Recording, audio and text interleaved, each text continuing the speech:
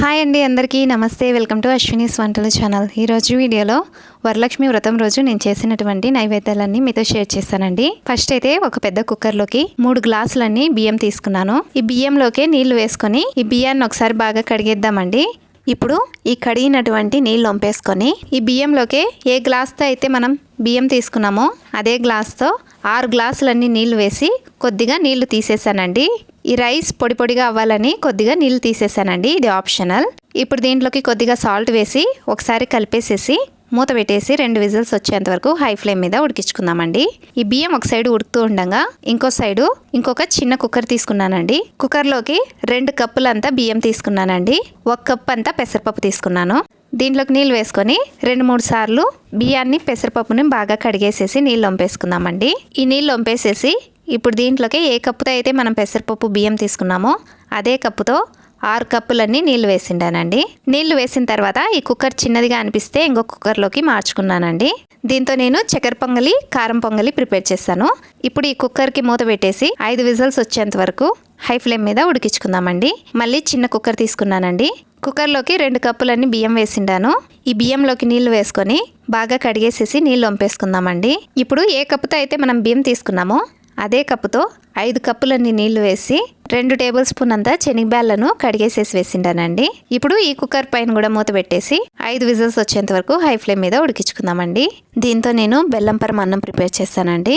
3 గంటల ముందరే నేను మినప్పప్పుని కడిగేసేసి నీళ్ళల్లో నానేసి పెట్టిండానండి. 1 కప్ అంతా మినప్పప్పు తీసుకున్నాను. మినప్పప్పు బాగా నానిన తర్వాత దీంట్లో ఉన్నటువంటి నీళ్ళు తీసేసి మినప్పప్పును మాత్రం మిక్సీ జార్లోకి వేసుకొని 1 టేబుల్ స్పూన్ అంతా కొత్తిమీరని కడిగేసేసి వేసిండాను. 4 పచ్చిమిర్చి వేసిండానండి. పచ్చిమిర్చి మీ కారాన్ని బట్టి చూసుకొని వేసుకోండి ఫ్రెండ్స్. కొద్దిగా కొత్తిమీర వేసిండాను. 1 ఇంచ్ అంతా అల్లాన్ని స్కిన్ రిమూవ్ చేసి వేసిండానండి. ఇప్పుడు దీనిపైన మూత పెట్టేసి నున్నగా మిక్సీ చేసుకుందాము. ఇప్పుడు ఒక గిన్నెలోకి 1 పిడికిడంతా చింతపండును కడిగేసేసి నానేసి పక్కన పెట్టుకుందామండి. మనం మిక్సీ చేసినటువంటి మినప్పప్పు పిండిని కూడా గిన్నెలోకి తీసుకుందామండి.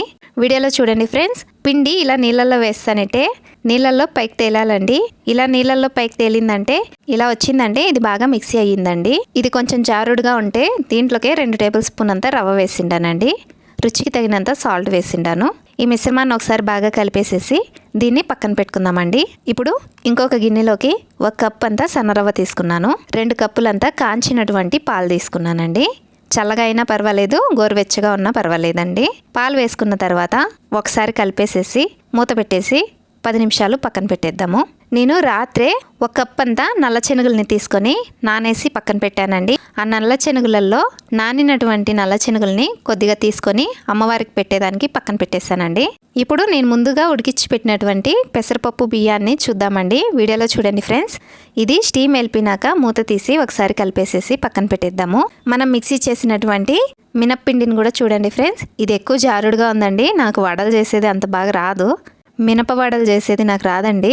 ఏదో ట్రై చేసింటాను. ఈ మాత్రం వస్తే చాలండి. ఇప్పుడు స్టవ్ ఆన్ చేసి స్టవ్ మీద పెనం పెట్టి పెనంలోకి డీప్ ఫ్రై కావాల్సినంత నూనె వేసి నూనె కాగినాక మనం రెడీ చేసుకున్నటువంటి పిండిని గారెలాగా వేసుకుందామండి. ఇంతేనండి.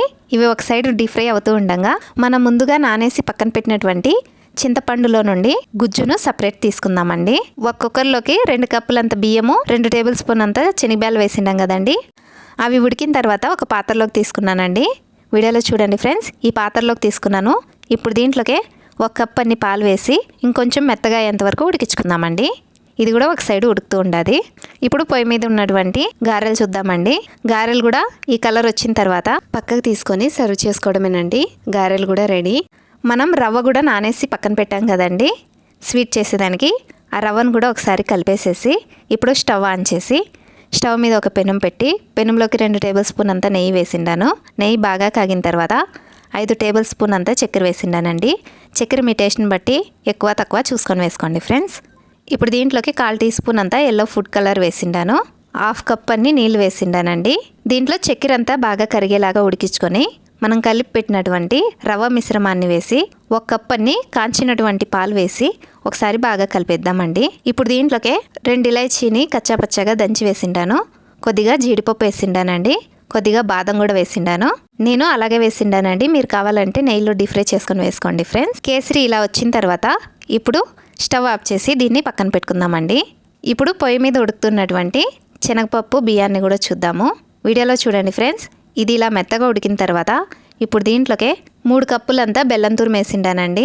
కరెక్ట్గా బెల్లం తురుము వేసేటప్పుడే కరెంటు పోయిందండి, అందుకే వీడియో తీయలేకపోయిండాను. బెల్లం తురుము వేసిన తర్వాత ఒకసారి బాగా కలిపేసేసి స్టవ్ ఆఫ్ చేసి దీన్ని పక్కన పెట్టుకుండేద్దామండి.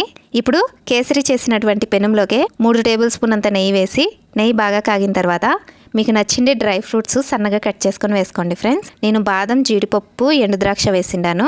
ఈ డ్రై ఫ్రూట్స్ అన్ని బాగా కలర్ చేంజ్ అయ్యి ఎండు ద్రాక్ష డబల్ అయ్యేంత వరకు వేయించుకొని పక్కన తీసుకుందామండి. ఇప్పుడు మనం పక్కన పెట్టినటువంటి పరమాన్నంలోకి కొద్దిగా డ్రై ఫ్రూట్స్ వేసి కలిపేసేసి పక్కన పెట్టేద్దాము. ఇప్పుడు మనం ఫస్ట్ రైస్ ప్రిపేర్ చేసాం కదండి, ఆ రైస్లో హాఫ్ రైస్ని ఒక గిన్నెలోకి తీసుకొని దీంట్లోకి 1/2 లీటర్ అంతా పెరుగు వేసిండాను. 1/4 లీటర్ అంతా కాంచినటువంటి పాలు వేసి బాగా కలిపేసేసి రుచికి తగినంత సాల్ట్ వేసుకొని బాగా కలిపేసేసి పక్కన పెట్టుకుందామండి. ఇప్పుడు మిగిలినటువంటి హాఫ్ రైస్ని ఒక పెద్ద గిన్నెలోకి తీసుకొని దీంట్లోకి మనం రెడీ చేసి పెట్టినటువంటి చింతపండు గుజ్జును వేసి ఇప్పుడు దీంట్లోకి రుచికి తగినంత సాల్ట్ వేసిండానండి. 1/2 టీ స్పూన్ అంతా పసుపు వేసిండాను. ఇప్పుడు ఈ మిశ్రమాన్ని బాగా కలిపేసేసి దీన్ని కూడా పక్కన పెట్టుకుందామండి. ఇప్పుడు మనం పొంగల్ కోసం ప్రిపేర్ చేసినటువంటి రైస్ని తీసుకొని హాఫ్గా సపరేట్ చేసుకుందామండి. దీంట్లో హాఫ్ వచ్చి స్వీట్ పొంగల్ చేసేదానికి, హాఫ్ వచ్చి కార పొంగల్ ప్రిపేర్ చేసేదానికండి. స్వీట్ పొంగల్ చేసేదానికి తీసుకున్నటువంటి కుక్కర్లోకి 2 కప్పులని పాలు వేసి 5-6 టేబుల్ స్పూన్ అంతా చక్కెర వేసిండాను. చక్కెర టేస్ట్ని బట్టి వేసుకోండి ఫ్రెండ్స్. ఇప్పుడు ఈ మిశ్రమాన్ని బాగా కలిపేసేసి స్టవ్ ఆన్ చేసి స్టవ్ మీద పెట్టేద్దామండి. ఈ చక్కెర పొంగల్ని లో ఫ్లేమ్ మీద ఉడికించుకోవాలండి. ఇది ఒక సైడ్ ఉడుకుతుండగా ఇంకో సైడు మిగిలినటువంటి హాఫ్ రైస్లోకి 2 గ్లాసులన్నీ నీళ్లు వేసి ఈ మిశ్రమాన్ని కూడా బాగా కలిపేసేసి మెత్తగా అయ్యేంత వరకు ఉడికించుకుందామండి. 1 కప్ అంతా శనగపప్పును నేను రాత్రే నానేసేసి పక్కన పెట్టానండి. పప్పు బాగా నానిన తర్వాత దీంట్లో ఉన్నటువంటి నీళ్ళు తీసేసి పప్పును మిక్సీ జార్లోకి వేసుకుందామండి. ఇప్పుడు దీంట్లోకి 3 యాలకుబుడ్డలు వేసిండాను. కొద్దిగా నీళ్లు వేసుకొని వీలైనంత నున్నగా మిక్సీ చేసుకుందామండి. ఇప్పుడు పొయ్యి మీద పెట్టినటువంటి కార పొంగల్ని, చక్కెర పొంగల్ని చూద్దామండి. వీడియోలో చూడండి ఫ్రెండ్స్. ఫస్ట్ కార పొంగలి ఇలా ఉడికిందండి. ఇప్పుడు పాలు వేసినటువంటి చక్కెర పొంగలి ఇలా సాఫ్ట్గా ఉడికింది. ఇది ఇలా ఉడికిన తర్వాత ఇప్పుడు దీంట్లోకి 2 ఇలాచీని కచ్చాపచ్చగా దంచి వేసిండానండి. ఇప్పుడు ఈ మిశ్రమాన్ని కలిపేసేసి స్టవ్ ఆఫ్ చేసి దీన్ని పక్కన తీసుకుందాము. ఇప్పుడు దీంట్లోకి డ్రై ఫ్రూట్స్ వేయించుకున్నాం కదండి, దాంట్లో కొద్దిగా డ్రై ఫ్రూట్స్ దీంట్లో వేసిండానండి. ఇప్పుడు ఈ మిశ్రమాన్ని కలిపేసేసి దీన్ని కూడా పక్కన పెట్టుకునేద్దాము. ఇప్పుడు కార పొంగల్ ప్రిపేర్ చేసేదానికి హాఫ్ రైస్ని పక్కన పెట్టాం కదండి, ఆ రైస్ కూడా మెత్తగా ఉడికింది. ఇలా మెత్తగా ఉడికిన తర్వాత ఈ కుక్కర్ని కూడా పక్కన తీసుకొని దీంట్లోకి రుచికి తగినంత సాల్ట్ వేసుకొని దీన్ని పక్కన పెట్టేద్దామండి. ఇప్పుడు స్టవ్ ఆన్ చేసి స్టవ్ మీద చిన్న కడాయి పెట్టిండాను. కడాయిలోకి 2 టేబుల్ స్పూన్ అంతా నూనె వేసిండానండి. 2 టీ స్పూన్లంతా ఆవాలు వేసిండాను. 2 టేబుల్ స్పూన్ అంతా శనగబ్యాలు వేసిండానండి. 1 టేబుల్ స్పూన్ అంతా మినప్పప్పు వేసిండాను. 1/4 టీ స్పూన్ అంతా ఇంగువ వేసిండానండి. 1/2 టీ స్పూన్ అంతా జీలకర్ర వేసిండాను. 1 టీ స్పూన్ అంతా మిరియాలు వేసిండాను. 1 టీ స్పూన్ అంతా అల్లాన్ని సన్నగా కట్ చేసి వేసిండానండి. 5-6 పచ్చిమిర్చి నిలువుగా కట్ చేసి వేసిండాను. కొద్దిగా కరివేపాకు వేసిండానండి. వీటన్నిటిని 1 నిమిషం పాటు మీడియం ఫ్లేమ్ మీద వేయించుకొని ఇప్పుడు మనం రెడీ చేసి పెట్టుకున్నటువంటి కార పొంగల్లోకి మిశ్రమాన్ని వేసి బాగా కలిపేద్దామండి. ఇంతేనండి, కార పొంగల్ రెడీ. ఇప్పుడు దీన్ని పక్కన పెట్టుకునేసేసి మళ్ళీ స్టవ్ ఆన్ చేసి అదే కడాయి పెట్టి 2 టేబుల్ స్పూన్ అంతా నూనె వేసిండాను. 2 టేబుల్ స్పూన్ అంతా శనగబ్యాలు వేసిండాను. 1 టేబుల్ స్పూన్ అంతా మినప్పప్పు వేసిండానండి. 1/2 కప్ అంతా వేరుశనగపప్పు వేసిండాను, శనగింజలండి. 2 టీ స్పూన్లంతా ఆవాలు వేసిండాను. 1/4 టీ స్పూన్ అంతా ఇంగువ వేసిండాను. ఇప్పుడు దీన్ని ఒకసారి కలిపేసేసి ఇప్పుడు దీంట్లోకి 10 పచ్చిమిర్చిని నిలువుగా కట్ చేసి వేసిండానండి. 10 దాకా ఎండుమిర్చిని కూడా సన్నగా తుంచి వేసిండాను. కొద్దిగా కరివేపాకు వేసిండానండి. వీటిని కూడా 1 నిమిషం పాటు మీడియం ఫ్లేమ్ మీద వేయించుకొని తర్వాత మనం ముందుగా పులిహోరకు చింతపులుసు వేసి అన్నం కలిపి పెట్టాం కదండి, ఆ అన్నంలోకి ఈ మిశ్రమాన్ని వేసి బాగా కలిపేద్దామండి. ఇప్పుడు మళ్ళీ స్టవ్ ఆన్ చేసి అదే కడాయి పెట్టి 2 టేబుల్ స్పూన్ అంతా నూనె వేసిండాను. 1/2 టీ స్పూన్ అంతా జీలకర్ర వేసిండానండి. 1 టేబుల్ స్పూన్ అంతా శనగబ్యాలు వేసిండాను. 1 టీ స్పూన్ అంతా మినప్పప్పు వేసిండాను. 2 టీ స్పూన్లంతా ఆవాలు వేసిండాను. 6-7 పచ్చిమిర్చి నిలువుగా కట్ చేసి వేసిండానండి. 10 దాకా ఎండుమిర్చి సన్నగా కట్ చేసి వేసిండాను. కొద్దిగా కరివేపాకు వేసిండాను. 1/4 టీ స్పూన్ అంతా ఇంగు వేసిండానండి. దీన్ని కూడా 1 నిమిషం మీడియం ఫ్లేమ్ మీద వేయించుకొని ఇప్పుడు మనం ముందుగా కలిపి పెట్టినటువంటి పెరుగన్నంలోకి మిశ్రమాన్ని వేసి బాగా కలిపేద్దామండి. ఇంతేనండి, పెరుగన్నం కూడా రెడీ. ఇప్పుడు స్టవ్ ఆన్ చేసి స్టవ్ మీద పెనం పెట్టి పెనంలోకి మనం ముందుగా మిక్సీ చేసినటువంటి శనగబెల్లం మిశ్రమాన్ని వేసి 1 టేబుల్ స్పూన్ అంతా నెయ్యి వేసిండానండి. 1/4 టీ స్పూన్ అంతా ఎల్లో ఫుడ్ కలర్ వేసిండాను. ఈ మిశ్రమాన్ని బాగా కలుపుకొని లో టు మీడియం ఫ్లేమ్ మీద అడుగు అంటకుండా పొడి పొడిగా అయ్యేంత వరకు వేయించుకోవాలండి. వీడియోలో చూడండి ఫ్రెండ్స్, ఇలా పొడి పొడిగా అవుతుంది కదండి. ఇప్పుడు ఈ మిశ్రమాన్ని కొద్దిగా మిశ్రమం మిక్సీ జార్లోకి వేసుకొని నున్నగా మిక్సీ చేసుకొని ఇదే పెనంలోకి వేసి మళ్ళీ పొడి పొడిగా అయ్యేంత వరకు వేయించుకుందామండి. ఇలా వేగిన తర్వాత ఇప్పుడు స్టవ్ ఆఫ్ చేసేసి 1 కప్పు శనగబ్యాళ్ళు తీసుకున్నాం కదండి. 1 కప్పు శనగబ్యాళ్ళకి 1.5 కప్ అంతా చక్కెరని మిక్సీ చేసి ఆ పొడిని వేసిండానండి.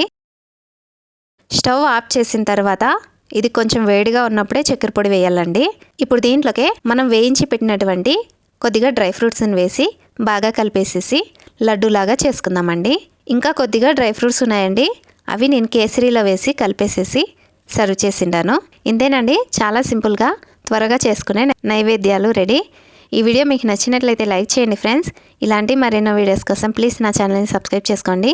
మళ్ళీ వచ్చే వీడియోలో కలుద్దాం. అంతవరకు bye, take care, thanks for watching.